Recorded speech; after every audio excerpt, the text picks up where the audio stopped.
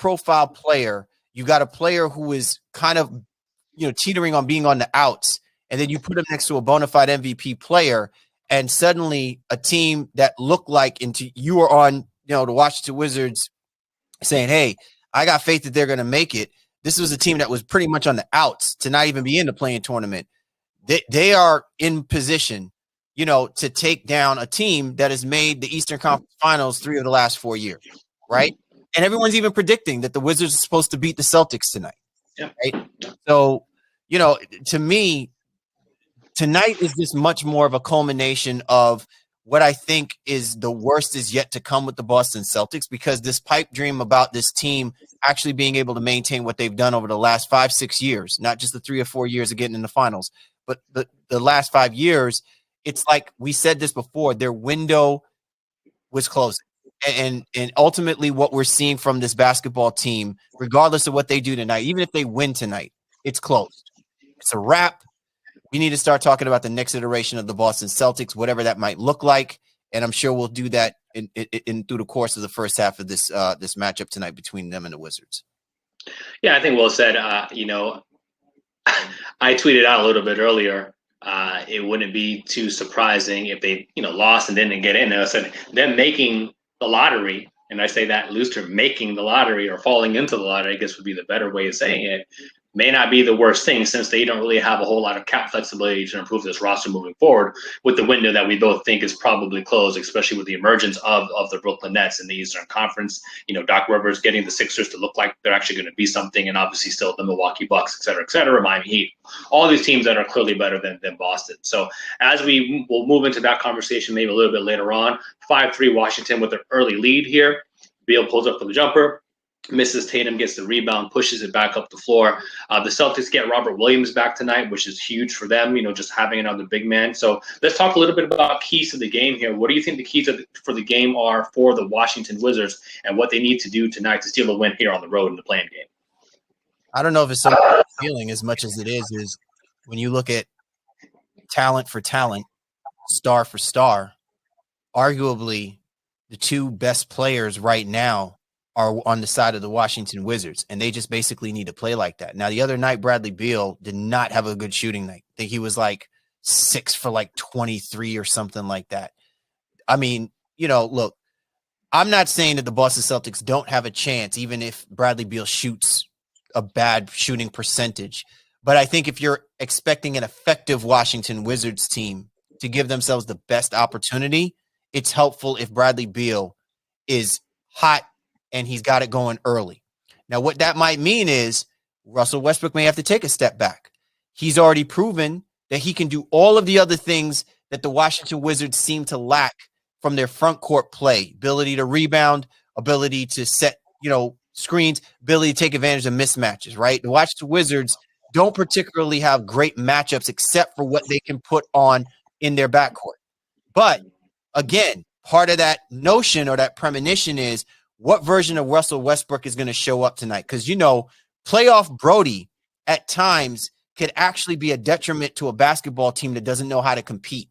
And the Washington Wizards has not been in the playoffs in the last few years. So they don't know how to compete on this level against a very veteran-savvy Boston Celtics team that if all they need to do is keep hanging around and keep themselves even-keeled, regardless of the runs that the Wizards are capable of making, the Boston Celtics really do give themselves a good opportunity going into that fourth quarter that they could put pressure on the Washington Wizards for them to implode, right?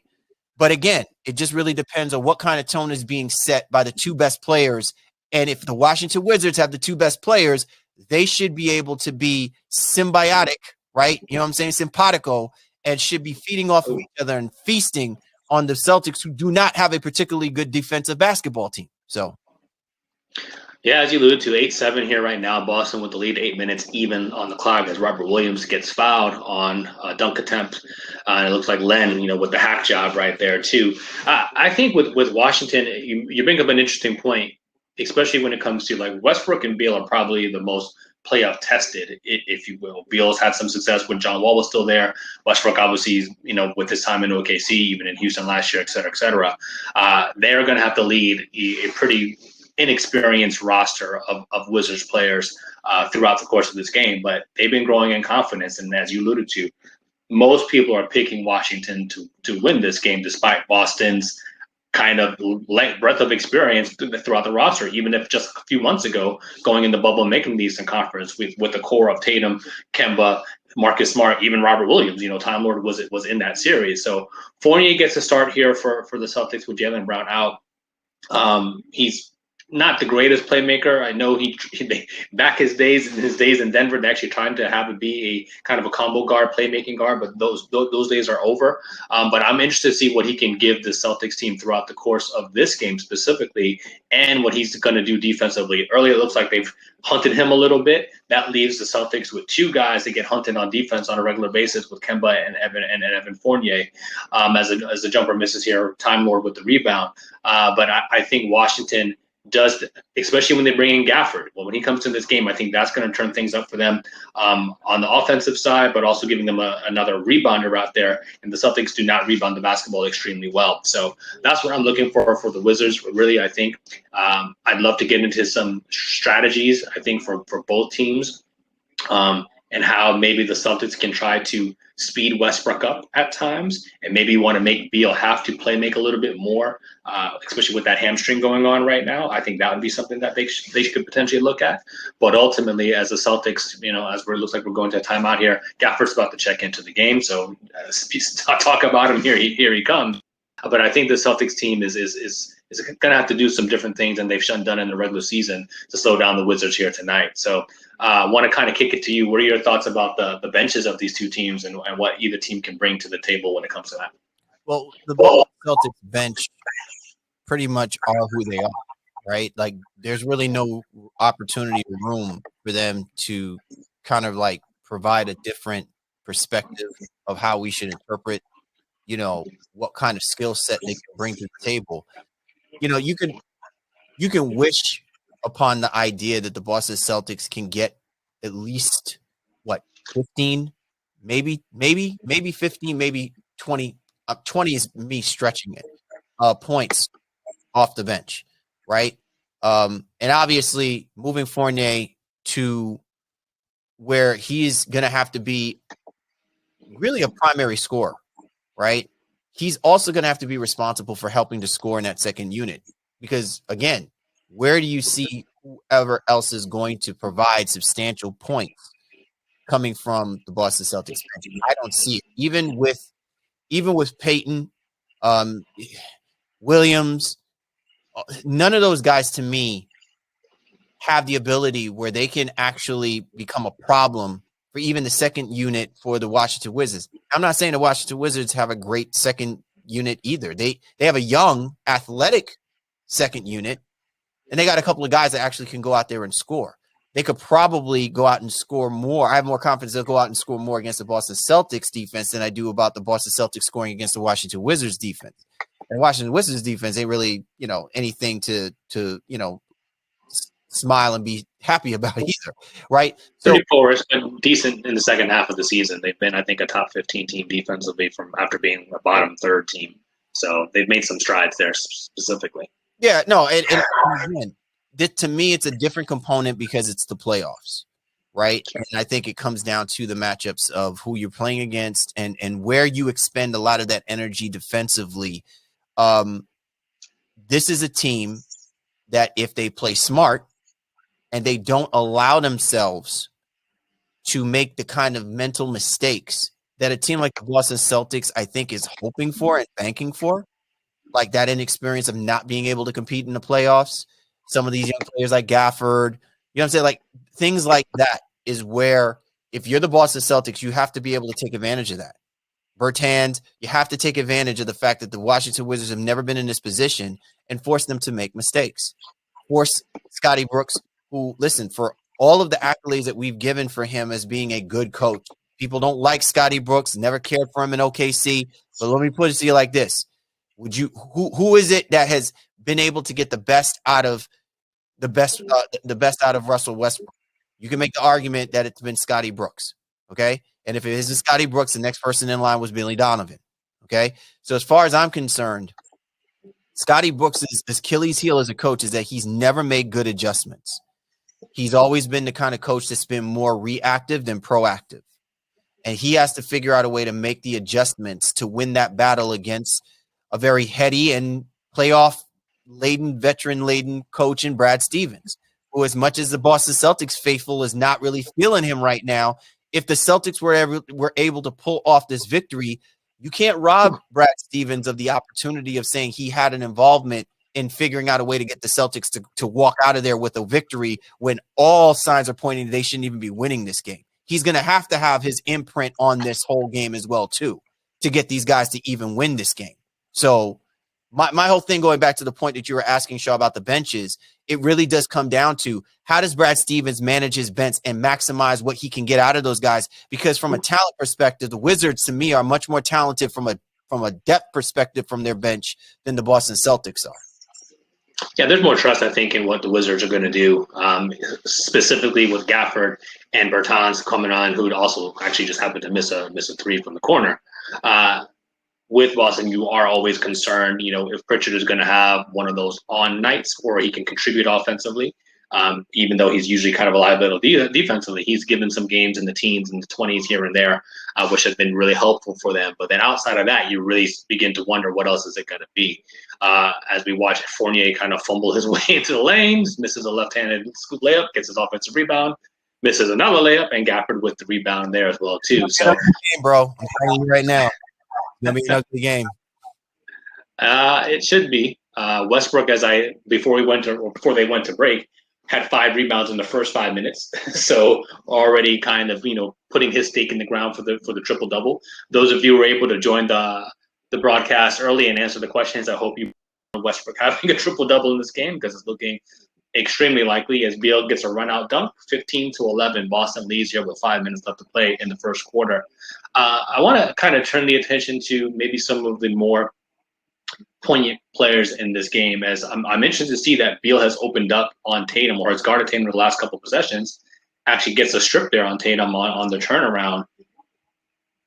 That's an interesting move, I think, by Brooks, right? Because if you're worrying about Beal having the hamstring injury, you wouldn't necessarily have him guarding the Celtics' best offensive player, who does ISO sometimes as well, too. So what do you think about Brooks's decision here to open up with Beal on Tatum early on? There's two St. Louis guys kind of going at it.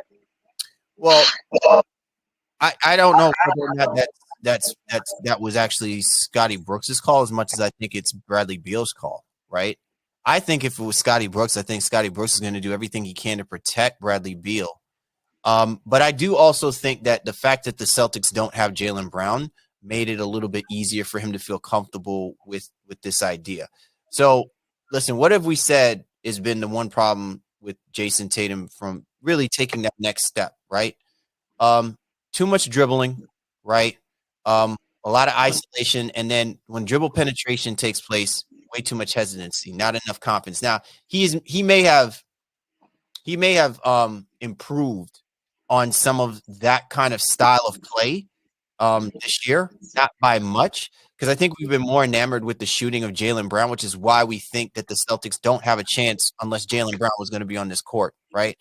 But when I think about what Jason Tatum could do and what he could be capable of doing, I just feel like it's going to sound really harsh the way I'm coming off on this, but I feel like there's a level of impotence in his ability to smell blood in the water, right?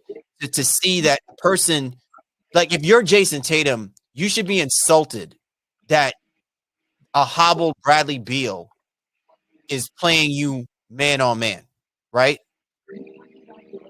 He's basically playing you man up with maybe some help, right? You should feel insulted. You should be like, yo, I'm going to have my man walk in on 2 broke ankles and a bad hamstring before we get to the first half of this game. Let me interject real quick there, because I think some of that, when you talk about the one-on-one matchup, like that's interesting. But if I'm coaching, right, if I'm Stevens on that side of it, and I see Beal is now guarding Tatum, well, it's not to, hey, Tatum, go take him one-on-one. No, F that. You're going to run Beal into some multiple screens and then, come off the screen, then screen again. You know what I mean? Where he's consistently having to move and feel the defenders as well, too. Again, you got to play to his proverbial injury to some degree. So I think to your point, where Tatum at times, he might get locked into that matchup. And I think that might be some gamesmanship by Scott Brooks and maybe Beal as well, too. Hey, let's go have the St. Louis guys go at it. Beal is not on the other end, at least right now in the early part of this game, looking like, all right, well, let me try to take Tatum one-on-one and go. He's guarding Tatum because he knows Tatum is willing to try to do that on that side of the basketball and taking the Celtics out of the proverbial offense, although Boston is leading this game. An interesting note to all of this, though, is, 8 minutes in, no Celtic subs have touched the floor. So we'll see who the first Celtic sub will be going into this. But, yeah, I think your overall point about Tatum maybe not always recognizing and getting caught up in trying to live up to the hype of, hey, he's this guy and he's a superstar. It oscillates because we saw him display some great playmaking chops in the bubble. That was, I think, the thing that people were most surprised about. Like, he was really passing the ball and sharing it, especially after Hayward went down. But there's been times this year where, he's taking on the pressure of trying to be that guy. And I think we're seeing a little bit of that right now, although Boston does have an early lead. Looks like the first Celtics bench player coming in is Tristan Thompson and Nesmith. Look at this. So Thompson and Nesmith enter the game here at the break. But yeah, finish your thought on Beal versus Tatum. Sorry, I did interrupt you on that one. Yeah, so I actually wanted to re-interrupt you on the point that you were making about, setting picks and running screens. I would challenge the idea that, yes, that would be what the expectation is, but Jason Tatum's dribble drive ability alone can be maddening against an undisciplined Washington Wizards team defensively. Then, to your point, Shaw, the Washington Wizards have improved defensively in the second half of the season, no question. But what I'm basically talking about is a takeover, ability, right? Like a Jay-Z like takeover that's taking place here. You know what I'm saying? And that's what is lacking. It's interesting because Jason Tatum spent quality time with, the Black Mamba, God rest his soul. And it bugs me to no end with someone as offensively gifted as Jason Tatum is. And listen, he puts in the work. Let's not, downplay. Jason Tatum is as lethal as an offensive player. And coming from the fact that he's from Duke, my God, his ability to stay healthy is, and I don't want to jinx this kid, but his ability to stay healthy amongst all of the Dukies that we've known in our generation is mind-boggling, because that was one of the reasons why I was like, I don't know about us drafting this kid, because he's from Duke. Not to say that guys from Duke are not talented and don't come out to be great players, but you name me a time where you've been able to say that guy who came from Duke was able to play wire to wire, season to season, without you losing his ass for like 3 weeks at a time or whatever. For the most part, Jason Tatum has been a pretty durable, reliable player. Okay. So, but what my point is that the X factor in me and seeing him is, I don't see that venom in him. I don't see that, I'm trying to bust your ish every time that you put somebody up on me that I don't think should be up on me. Like, I don't see that in Tatum. And I don't know if it's because he's playing in an offensive system that seems to kind of make it very subtle or whatever, or because he has so much faith in playing next to Jaylen Brown, whatever. All I'm saying is this is the perfect opportunity that if Jason Tatum wants to make a statement, wants to kind of shut the naysayers up about his game being too passive, this is the perfect time to do it. And I don't see him doing it, but I'm just saying that would be, to me, the expectation.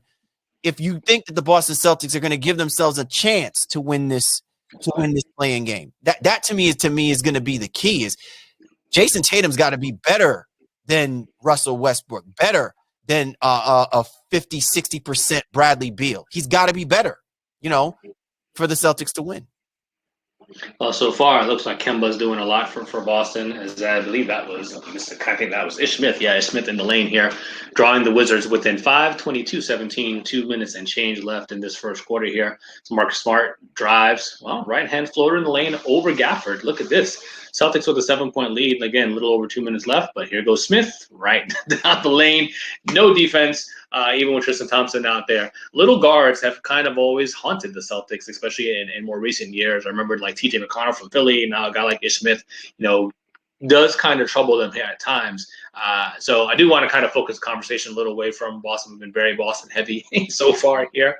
Let's talk a little bit more about what Washington has going on as Smith looks to drive on Walker again. Nice sweep from Smart. Let me ask you a question real quick, Shaw. Do you Sure. think Scott Brooks is going to play it safe like with Bradley Beal? Or, do you think that he is going to let Bradley Beal dictate how long he is capable of staying in the game? I think you have to trust your superstar, right? I mean, Beal is a guy who's earned that, I think, at this stage of his career. So if he's saying, hey, I can go, then you let him go, because this is about staying alive in the playoffs. So granted, Gafford now picks up his third personal foul here in the first quarter. Yikes. That's huge. That's huge. Rolo comes into the game now to replace him. But yeah, going back to Beal, you let a guy like that say, hey, I can go, or I can't go. And I think you do have to use a little bit of judgment here. But what did you say about Washington, right? We just said, the Washington Wizards have never been in this situation, have never been in this position. Now, I'm not saying Daniel Gafford is an X factor, but Daniel Gafford is an important player that needs to be on the court in order to match the front court. I guess for purposes of this matchup, flexibility, the balance between Thompson and Williams, right? And this is a situation where Gafford's third foul puts the Washington Wizards in a vulnerable situation, which again, they can't afford to keep doing things like this. If they want to give themselves a clean chance for them to walk away with this victory, they cannot afford to keep getting silly fouls, putting Celtics on the free throw line, allowing the Celtics to get cheap points to extend leads that they can't afford to get unless Russell Westbrook and Bradley Beal decide to shoot the lights out, which I'm not predicting this to be the case, because we said this in the beginning. This is going to be an ugly mother effing game. All right. I mean, we talking Samuel Jackson and John Travolta Pulp Fiction ugly, right? Like that's how it's going to be, because that's the only way I think the Celtics wind up winning this basketball game. They're not going to win this game being pretty. They can't afford to do that. So 27-21, 48 seconds left to go here in the first quarter. Yeah, and your point about Gafford is interesting because he spaces the floor vertically, especially for Washington. So the Celtics aren't really that. Time Lord gives them a little bit of that. But in the matchup of Gafford versus Tristan Thompson, Tristan he has a ground game. you know what it is. He's not out there high flying, and he's being real physical. But Gafford has the ability. He had 2 lob dunks in addition to like a little putback or a little lob mid-grade jumper, I should say, off of dish from Ish Smith. So those fouls on him limit their verticality, and it makes them play a little bit more to Boston style with Rolo going against Tristan Thompson, because I don't know if they're going to put Alex Len back out here, although he could potentially space the floor with some 3-point shooting if they were to allow him to do that. So 27-21 here at the end of the first quarter. The Celtics have a 6-point lead. We're going to take a quick break, and we'll be right back, talking a little bit more Celtics and Wizards here in the playing game. Stay with us.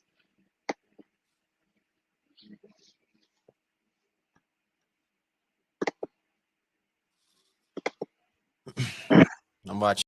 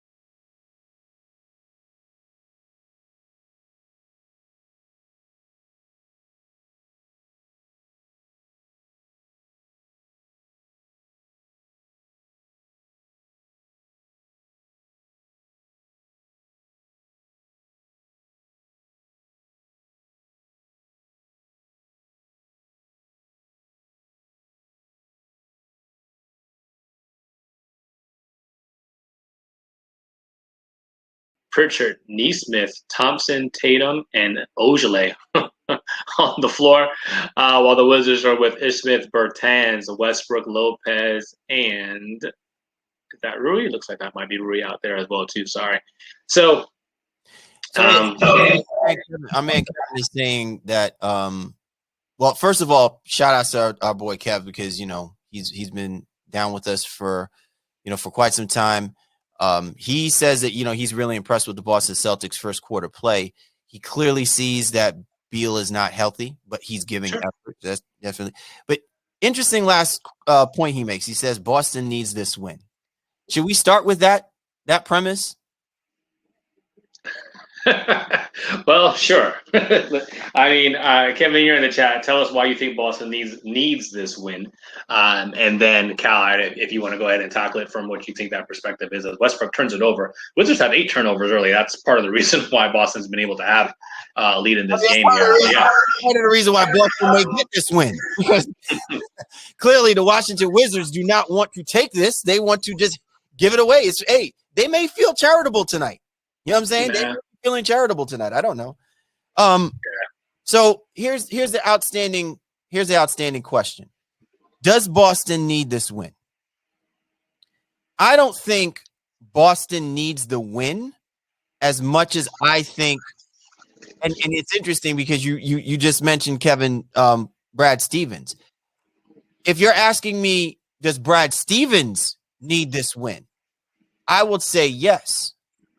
I don't think Danny Ainge plays into this. I think Danny Ainge is pretty much already self-determined. He will walk out or leave when he's ready to leave. I think the Boston Celtics front office and owners are in bed with Danny Ainge. Danny Ainge is got his lifetime pension with the Boston Celtics. So he's ready to step aside. He's ready to step aside, because you could have made the argument of whether or not saying Danny Ainge should continue to make these moves that they've been making over some period of time.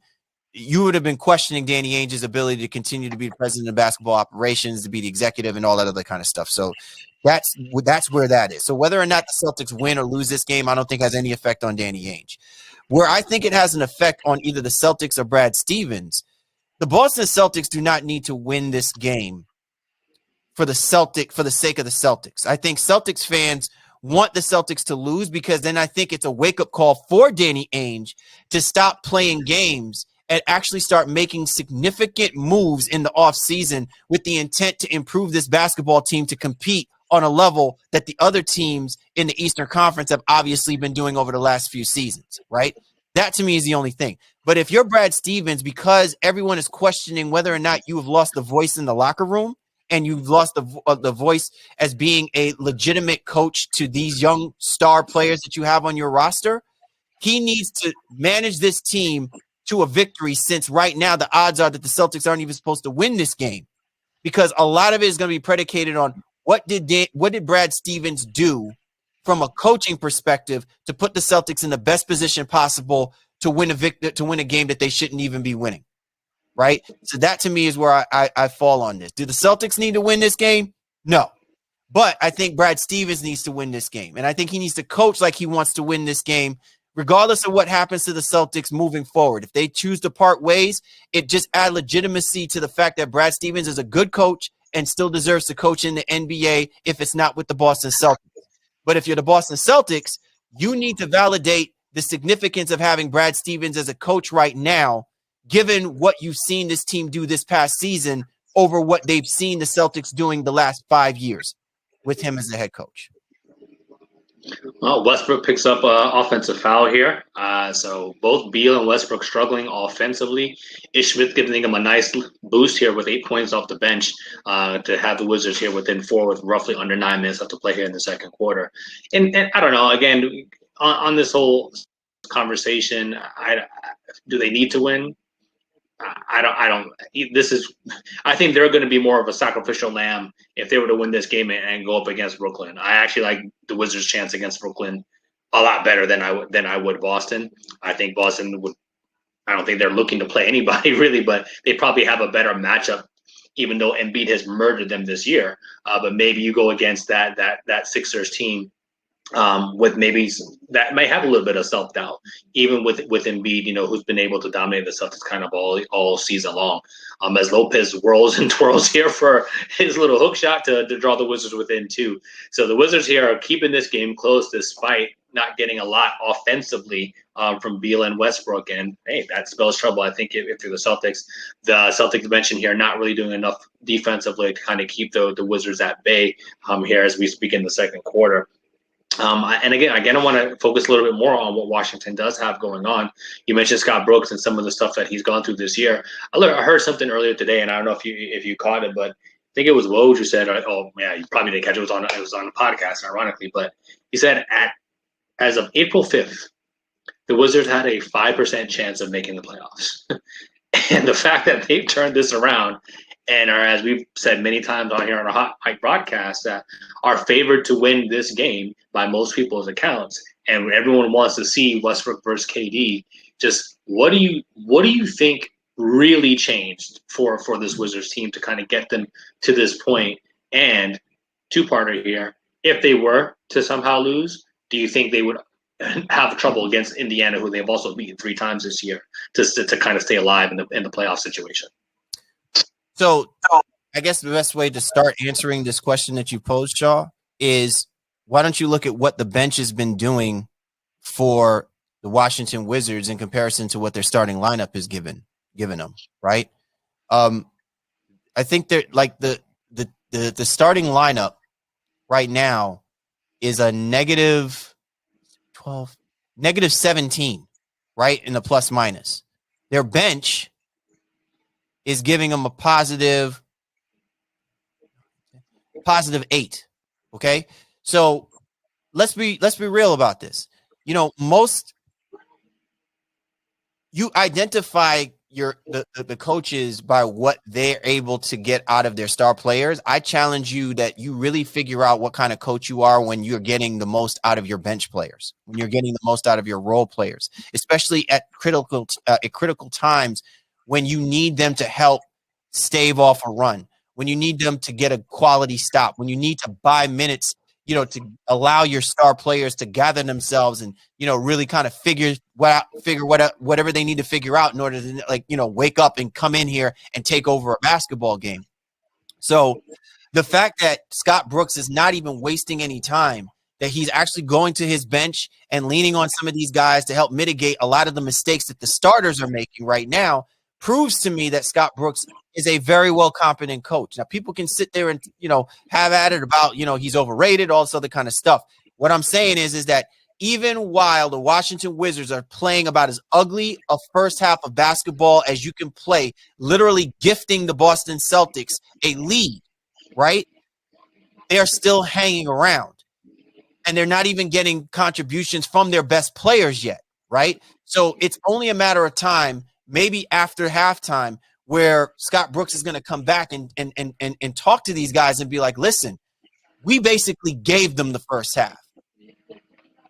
If we cut half of the mistakes, I guarantee you that we will have this lead against this team in the early second half of this game if things continue to trend in that direction. So I'm actually pleased with the way Scott Brooks is already pulling the trigger when he's seeing that he's not getting much out of his starters, when he's actually leaving some of his role players in for as long as he could possibly leave them. Obviously, when guys like Gafford get in foul trouble, it doesn't help.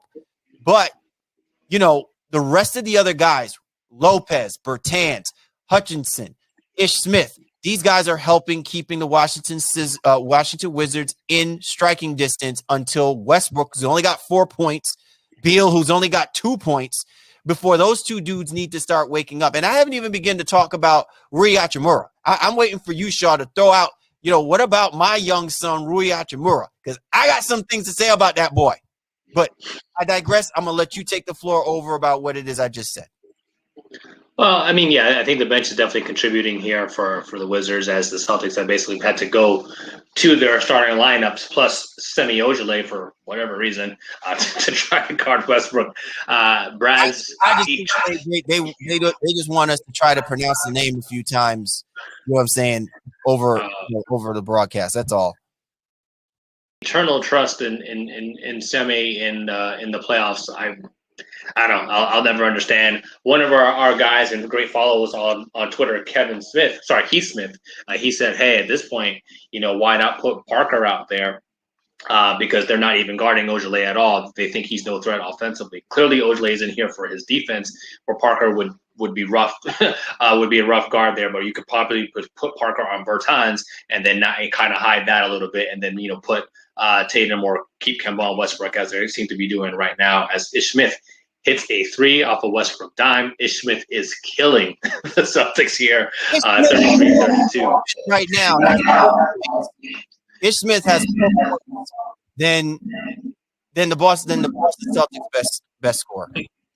Okay, Fournier for a corner 3, he misses. Ish Smith with the rebound, and Ish is a guy who can do this. He can get hot. I've seen many times when he's been giving starters minutes, he's been able to produce, and so he's given the Wizards a nice boost here, as you alluded to, as Westbrook and Beal kind of struggle. He just threw a lot past to Lopez. Lopez gets fouled, will be heading to the line to potentially give the Wizards, looks like, that'll be their first lead since the early parts of the first quarter, as Westbrook goes to the bench. Looks like we have Kevin here. Is that Kevin trying to talk? We got a request in here to talk? Let's see if I can even do this right. Hold on here, Kevin. Let's see how this works. Invite viewer to join. All right, let's see what we got. As Lopez hits the first. Kevin, are you live with us, or what's the situation? It looks like we might have lost him. Had a request. Kevin running. He didn't want that. Talking about what do you put on here? Brooks should be out. Brooks should be fired. You gonna fire a man after taking a team that had a 5% chance of making the playoffs and getting them to the playoffs, and then you want to go fire him? Oh, I forgot they did that to Monty Williams. But there ain't no Monty Williams out there. You know what I'm saying? Yeah. Now, my question to you, Shaw, is if we've got one of our people sitting here saying, oh, Brooks should be out, should be fired, who you putting in there for the Washington Wizards?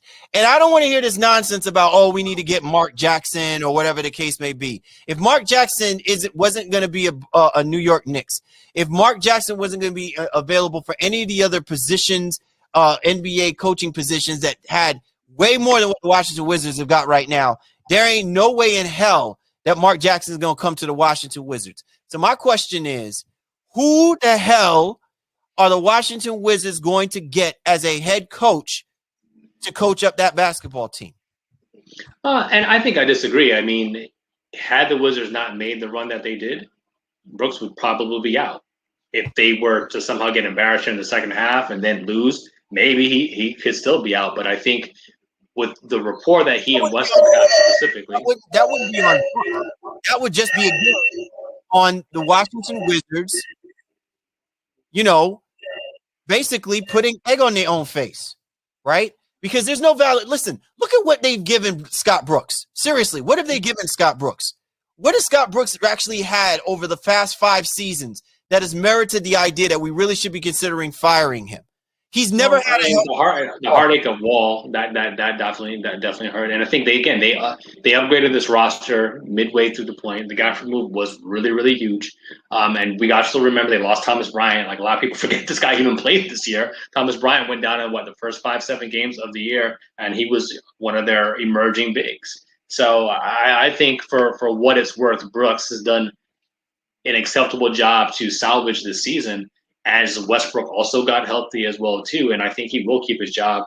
I want to say regardless of what happens, but I think there's definitely more to let him go. That was probably permeating maybe a month and a half or so ago, like around April 5th. Actually, on this point, I think that Westbrook being with the Washington Wizards is an important reason why they're going to have to keep Scott Brooks, because again, where most of the conversation has been focused on whether or not Russell Westbrook is capable of doing what he just proved that he can do this past season, a lot of that is based on how Scott Brooks has built his relationship with Russell Westbrook.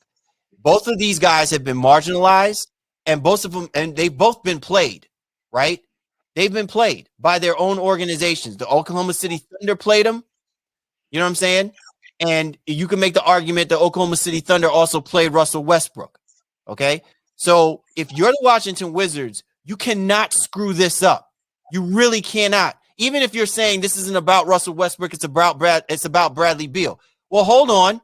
Bradley Beal isn't having the kind of season that he's having, minus the injuries, unless he's playing next to a dude like Russell Westbrook. Straight up and down. We're not talking about Bradley Beal in that same kind of light where we're saying, yeah, he is the next level and he's going to be able to help take a team next, or he's the kind of guy that's going to attract star players, unless a guy like Russell Westbrook wants to come over and play next to a guy like Bradley Beal, right? So all I'm saying is that if you're the Washington Wizards, you can't afford to screw this up.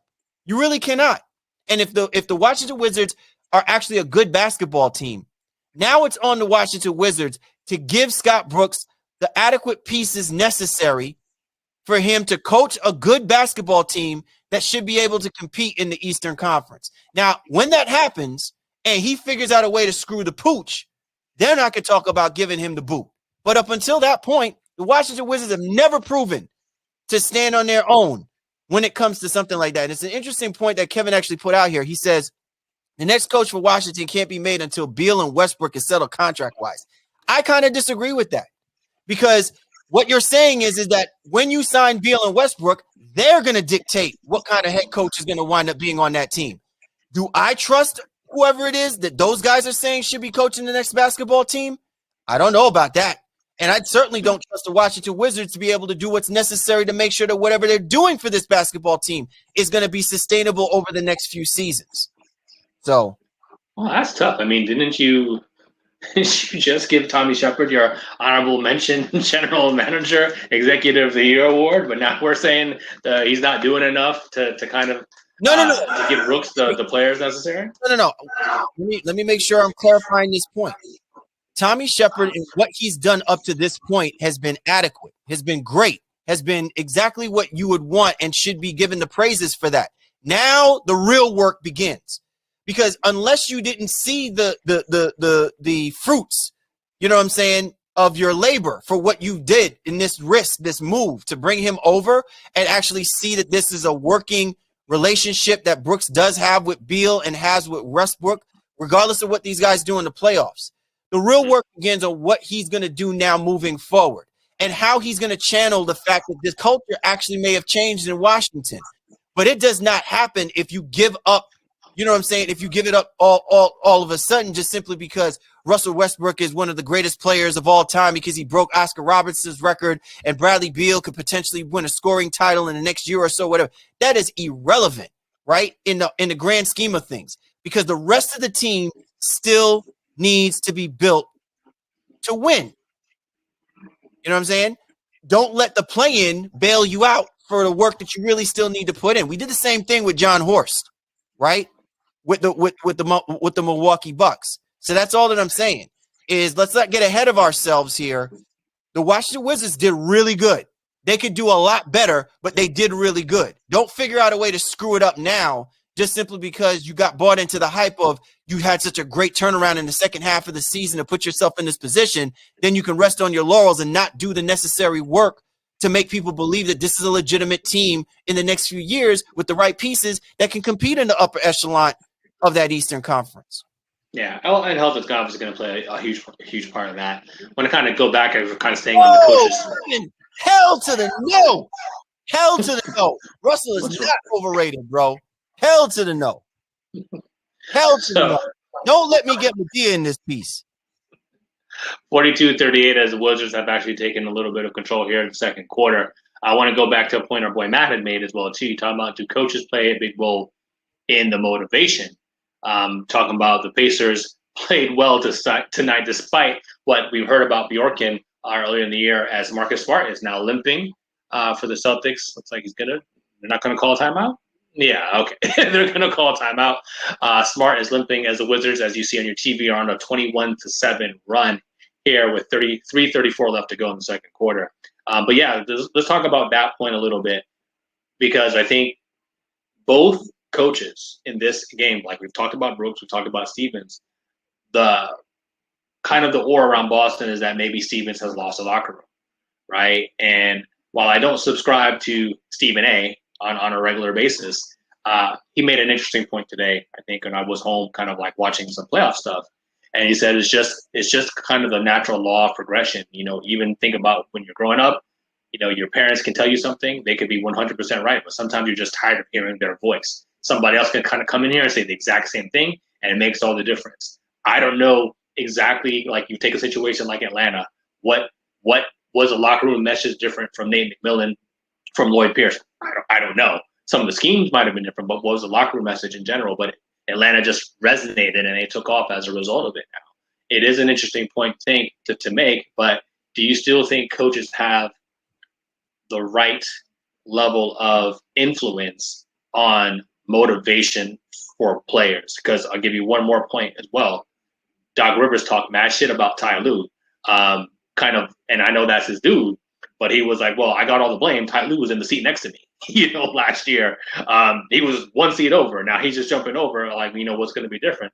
But the Clippers in the regular season, look like a different team and had a much better offense, et cetera, et cetera.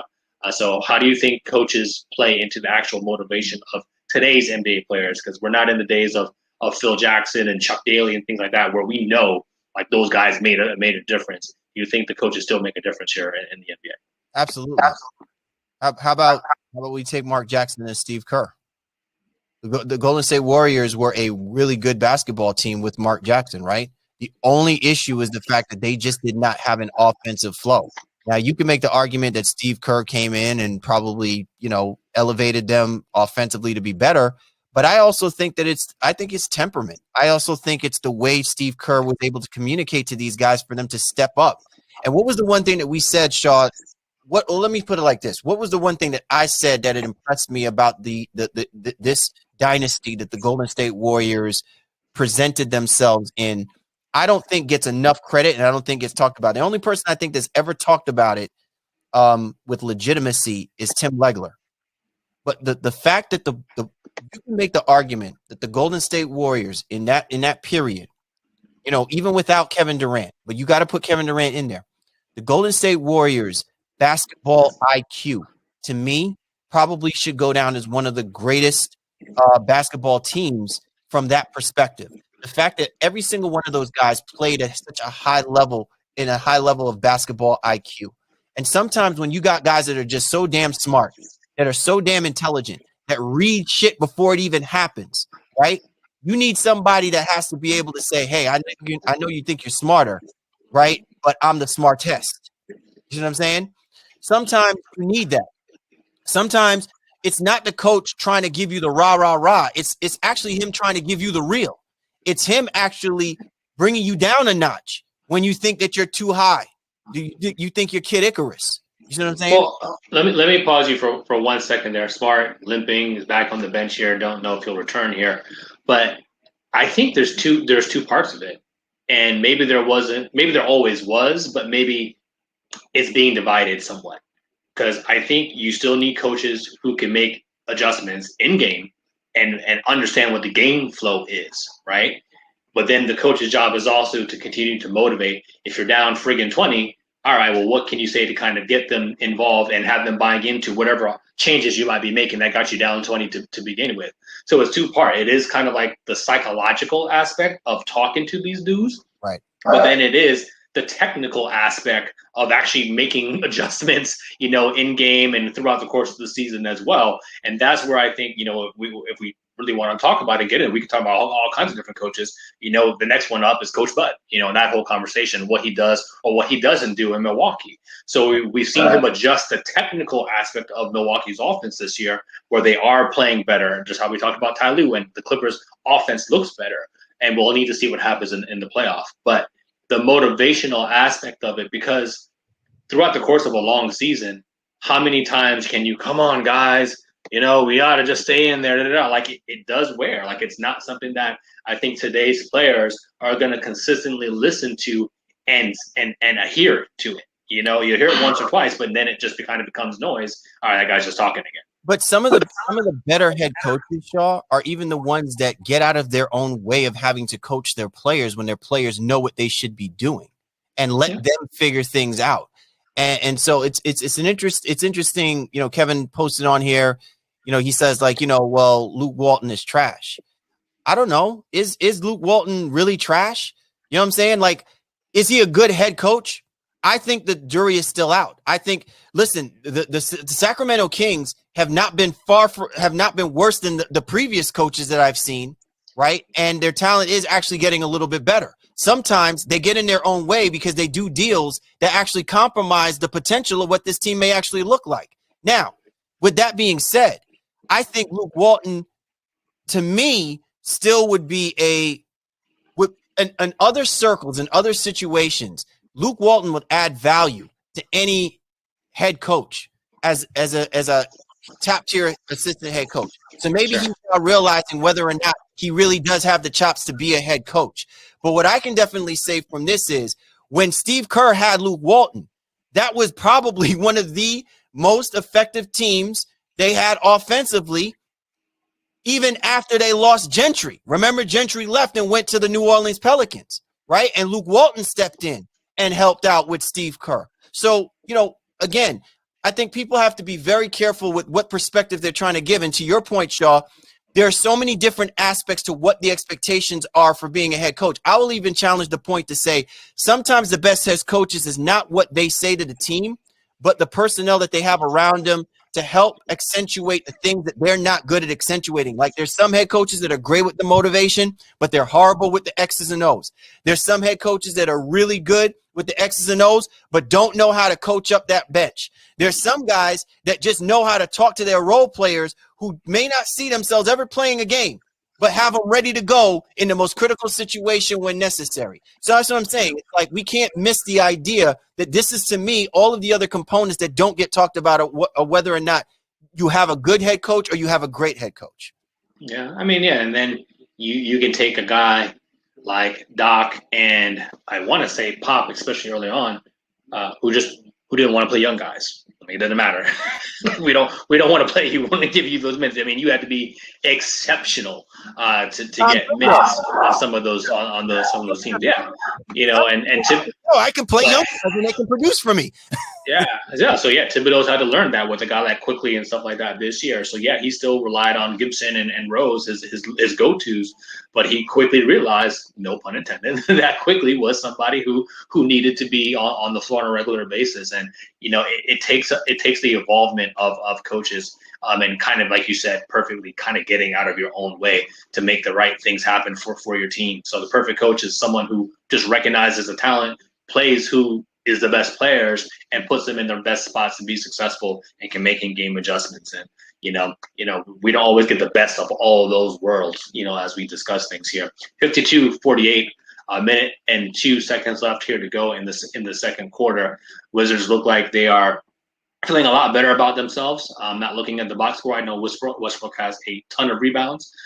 Tatum with a nice block here on a Westbrook drive because he dribbles up here now. Under a minute to go. Smart pulls up the three. No good. Kemba with a nice tip. Kemba's doing a great job, I think, often on the offensive rebounds, trying to muck things up here a little bit. I'll say this. If the Wizards go out and, they win this basketball game and we look at Russell Westbrook's numbers, I guarantee you that those numbers ain't going to be empty calorie numbers. This is exactly the reason why you have Russell Westbrook on a team like this. This basketball team is not a good rebounding basketball team. This basketball team doesn't know how to move the basketball, and this basketball team doesn't know how to score late in game-like situations unless you've got a Bradley Beal. And if you don't have a 100% Bradley Beal on the basketball court, who else do you want going down to the hole, ready to take fouls and getting on that free throw line? The only problem with Russell Westbrook, especially in a game like this, is when the Brody comes out of him, right? Where he just makes mental mistakes, reckless mistakes. That's the only, and listen, this is why I'm saying having a guy like Scott Brooks might actually be a good thing for the both of them, because Scott Brooks can get up in Russell Westbrook's ear and be like, yo, man, I can't have you doing that, right? Because he's seen that before. He's seen when he has that tendency to want to take over games. And you can clearly see that now that the starters have calmed down, they're starting to contribute, and you're beginning to see who the better basketball team is in tonight's matchup. Yeah. Celtics continue to take some hard knocks here as they go to break. Time Lord Robert Williams down with an injury. Can't really tell what it is, but that is rough. That is rough for the Celtics team who have battled COVID, a bunch of injuries throughout the course of the year. They just had Smart kind of limp out, came back in, and now Time Lord is down. they're just not equipped, I think, on the front court to really sustain any injuries. You don't want to have to go to play the Grant Williams card or Luke Cornett. You don't want that in your life if you don't have to do that. So let's see what happened here on the play. It was on the Tatum block of Westbrook. Oh, that's interesting. Yeah, it didn't really turn. So Williams, if you're watching the replay, he went to test a Westbrook jumper, but it looks like his foot landed on Tatum's like calf or heel and may have turned something there, or maybe, I don't know, can't really tell because his ankle didn't really twist there, so don't really know, but it looks like some sort of lower extremity injury here for Robert Williams as the half comes to a close. Tatum hits a fadeaway jumper, our favorite, here to bring the Celtics back within 52-50. Beal looks perplexed. With 31 seconds here left to play.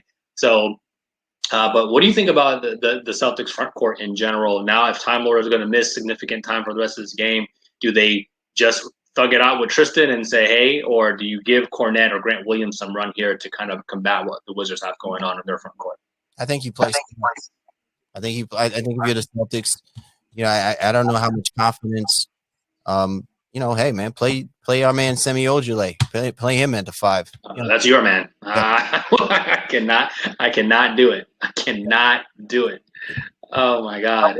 We have some. Hold on. It looks like we have somebody else trying to jump in. I don't know if this. Oh Lord. Westbrook just yammed it off the offensive rebound. 54-51. Let's see here. We have Fine Wine requesting to talk. Let's see what Fine Wine has to say. Fine Wine, I'm gonna try to get you in here. Give me 1 second. All right, see if it works. You're invited. Let me know if it works out for you. But Westbrook with a monster yam here. 10 seconds left to play. Fine Wine, you're on. What you got, brother? Hey guys, I'm actually just wondering about, so I'm not a huge Celtics fan, but I do like Brad Stevens, and I'm a fan of the team in general. And it's obviously probably not the year for the Celtics.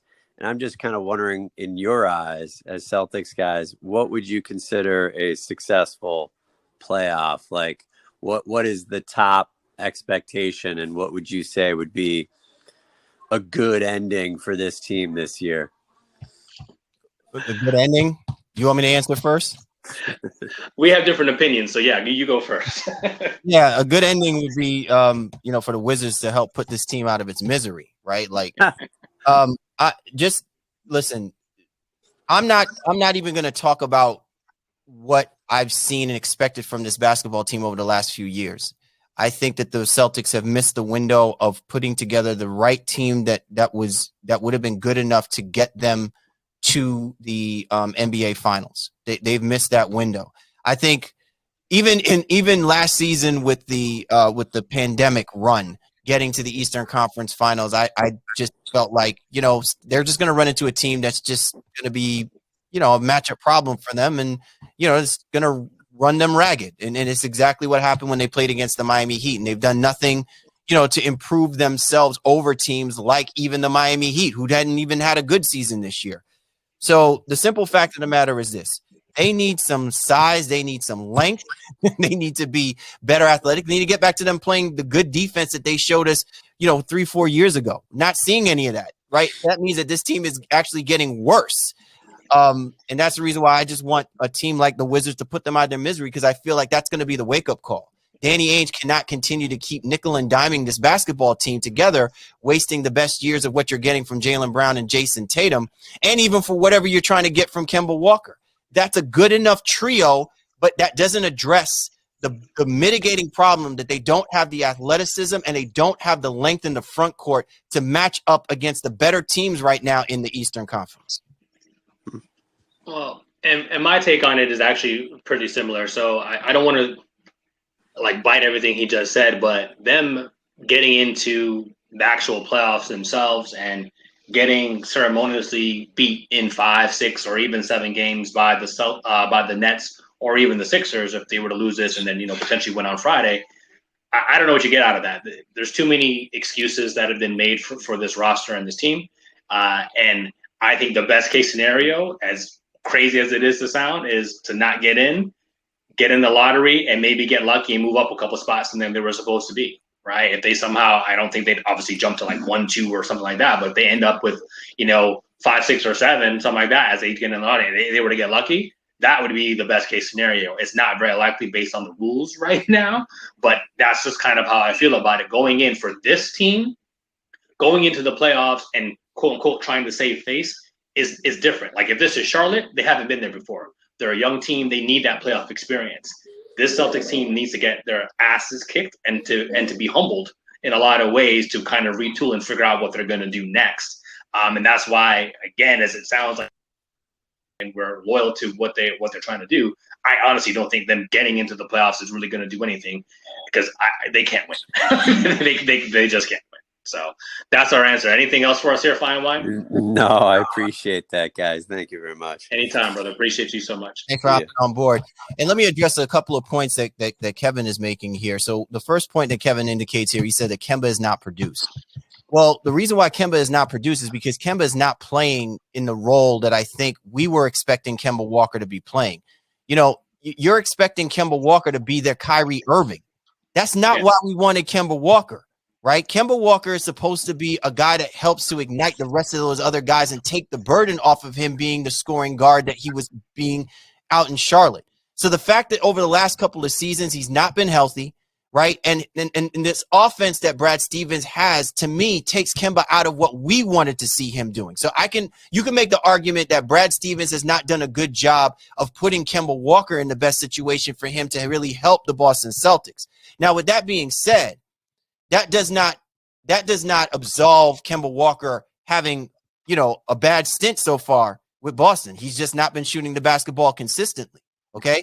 But I challenge anybody to sit here and say, well, what are you expecting from a point guard for this Boston Celtics team in the same comparison that you're saying, what are you expecting from a point guard with the Phoenix Suns when you've got a Chris Paul? Or what are you expecting from a point guard position when you've got Steph Curry? That's not what Kemba Walker has ever been. And so he is supposed to help supplement the greatness that you're supposed to be getting from Jaylen Brown and from Jason Tatum. And the problem is that those two guys have not stepped up to really put that in its play, right? You're basically still saying we still need Kemba Walker to do this, this, and this. We would have been saying the same thing if Kyrie Irving was still on this basketball team, right? We would have been saying the same thing. And what has Kyrie Irving been to the Boston Celtics? He was nothing but a headache. He had a good little stint before he got injured, and then he became a problem. And I don't know whether or not that's the kind of problem you want to have at the point guard position. Let that be the Brooklyn Nets problem if they can get to the NBA Finals. If that's what it takes to do that. But that's never how the Boston Celtics have been built. So I don't buy into the idea that Kemba Walker is not great. He's overrated. He doesn't produce. He has done basically what he is capable of doing right now. Unfortunately, it's just not been consistent, and it's in contrast to what Brad Stevens was doing with this basketball team. And the whole idea was he is supposed to help supplement what we weren't getting from Kyrie Irving when he was with the Boston Celtics. So TNT with a great stat up here right now. The Wizards bench: Ish Smith 11, Hachimura 6, Hachimura doesn't come off the bench, but the others, Gafford and Lynn, all contributing. The Celtics have 6 bench points right now going into the halftime, all from Tristan Thompson. Hold on. What am I holding on for? Because I'm showing you 6. Showing you 6. The greatness of the Celtics bench. Yeah, not sexy, not sexy at all. And Westbrook and Beal are both on kind of a triple double watch here. Westbrook already with 13 rebounds. Good God Almighty. Beal 13, 6, and 5 going into the half here. They just look better, but they were able to be buoyed by the great play of Ish Smith to begin the second quarter. That really kind of kept them in this game and allowed them to take the lead here. What are you looking for? I mean, I know we're going to sign off before it all begins here, but what are you looking for in the second half, kind of from both teams? Let's go ahead and start with Washington. Washington got a way to turn over the heat. Brad Stevens. Brad Stevens is going to be challenged in this second half because he's going to have to figure out what to do with that front court now that they don't know the status of Williams and whether or not he's going to return. So I just think you're the Washington Wizards. Clean up your mistakes and continue to feed that ball to Beal and Westbrook. Hopefully Hachimura will find himself in this second half because he sure as hell wasn't present in the first half. And if you're the Boston Celtics, I don't know, man. Pray. That's just, hope that Kemba and Tatum take over this game and put up a fight. I don't know. Maybe you might believe it's Evan Fournier. He could be the X factor for the Celtics, but outside of that, I don't have any faith in the execution of whatever Boston really does want to try and do, except for the fact that if you really want to give yourself a chance to win, you got to yank Jason Tatum and say, stop going east and west and start going north and south. You start getting to the free throw line, you start forcing the Washington Wizards to make mistakes. And Kemba needs to do the same as well, too. Yeah, well, I mean, Tatum is 6 of 6 from the line, so 18 points at the half here, 5 of 15 from the floor, but you get to the line 6 times, so he's trying here a little bit here to kind of keep them in this. But I want to speak doom and gloom. It's only a 2-point game here, so it should be a great second half. I think for me, got to find out what's going on with Bob Williams here now and what's going to happen at the center position. You don't want to have to run Tristan out there for a full 24 minutes in the second half.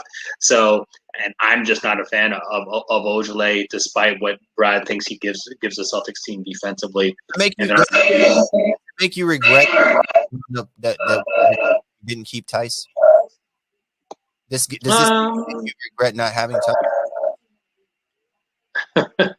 It makes me regret it a little bit.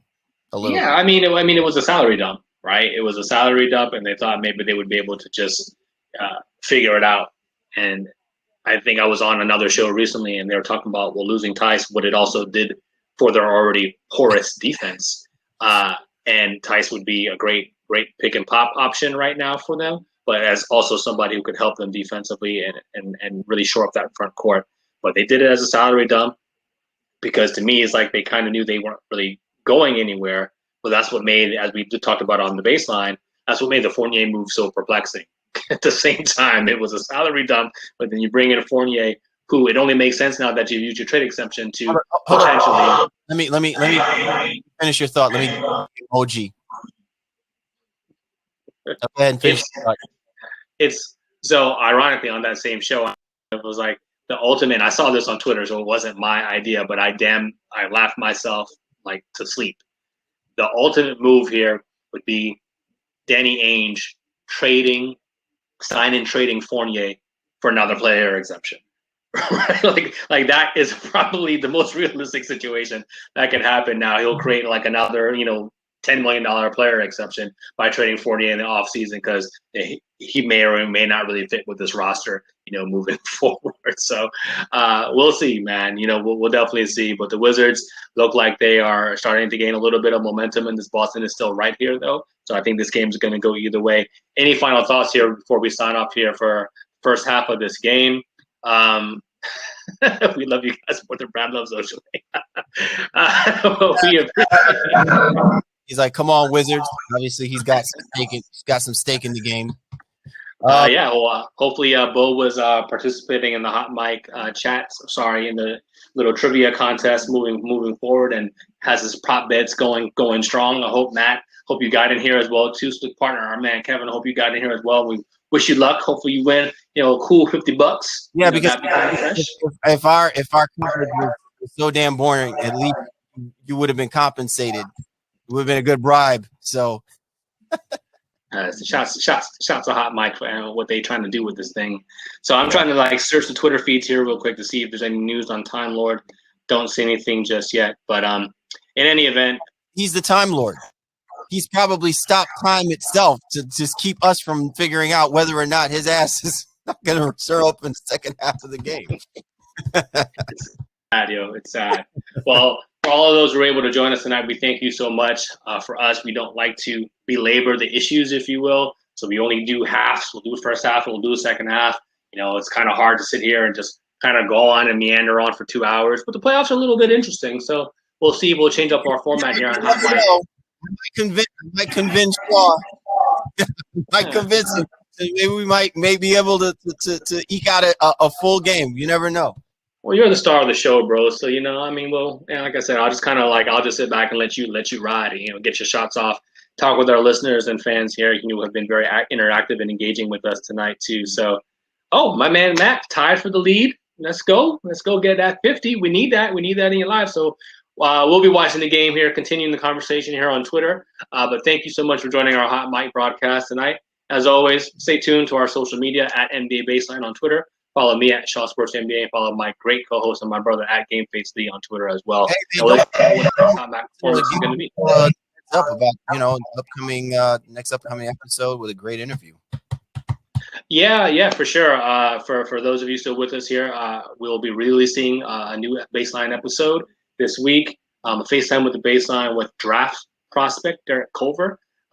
Great interview. A young man has really got his proverbial ish together, and if you've been following his career, you know that wasn't always the case. So you'll hear some great stuff from him coming up this week. We're excited to release that. So stay with us, man. The show continues to have great content coming out. Joining a media network. Not going to give you all that stuff just yet too, but that's coming out. Stay tuned for us on Juneteenth. Launching a couple of new shows and a couple of new episodes. The Baseline, me here in Cal, man, we keeping it bumping. So stay with us, man. We definitely bringing that heat. All right. So we'll catch you all next time. Stay tuned to our social media. I'll let you know our next Hot Mic telecast. And thank you so much for joining us this evening, folks. Have a good one. Deuces.